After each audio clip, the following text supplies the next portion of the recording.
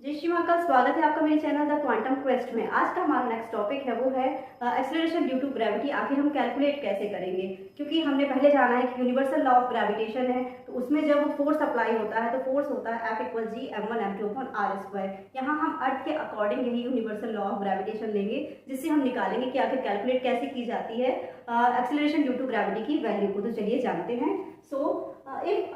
If we drop an object of mass small m from a distance r from the center of the earth of object is given by universal law of gravitation। universal law of gravitation के through हमने जो अर्थ से एक object को डाला है, तो उसमें हमें क्या, जब अर्थ उस ऑब्जेक्ट पर फोर्स अप्लाई कर रही है तो फोर्स वो क्या होगा, F = G m/r², जहाँ G ग्रेविटेशनल कांस्टेंट है, m हमारा मास ऑफ द अर्थ है and small m is the mass of an object और r है डिस्टेंस।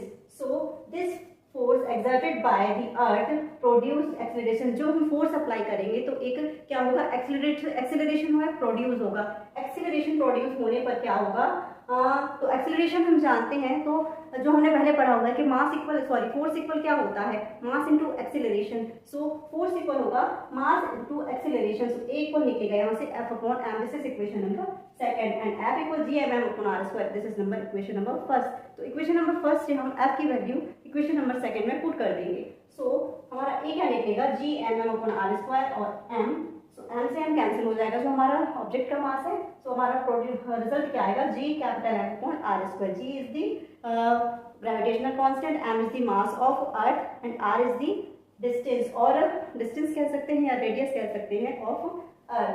सो G = G m/r²। जहाँ जो a था हमारा, a is the acceleration due to gravity.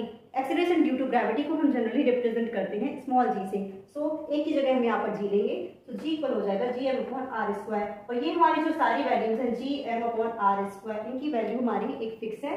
g की वैल्यू हमारी होती है, हमने पहले भी आपको बताया, 6.67 × 10⁻11 न्यूटन मीटर स्क्वायर पर kilogram and capital M is the mass of earth, so 6 × 10⁻24 kilogram and radius r equal हमारा दिया हुआ है, ये भी फिक्स होती है 6.4। अर्थ की रेडियस है 6.4 × 10⁻6 मीटर। इन सारी वैल्यूज को हम पुट करेंगे तो हमारी स्मॉल g की जो वैल्यू निकलेगी, ये निकलेगी 9.8 मीटर/सेकंड²। This is the acceleration due to gravity.